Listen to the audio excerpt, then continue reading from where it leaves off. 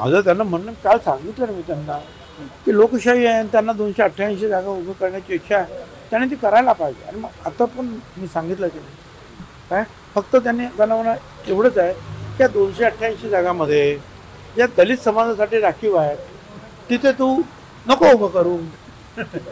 आदिवासीसाठी जे राखीव आहेत तिथे मराठा समाजाला नका उभं करू. एवढंच सांगतो, बाकी उभं करा सगळीकडे.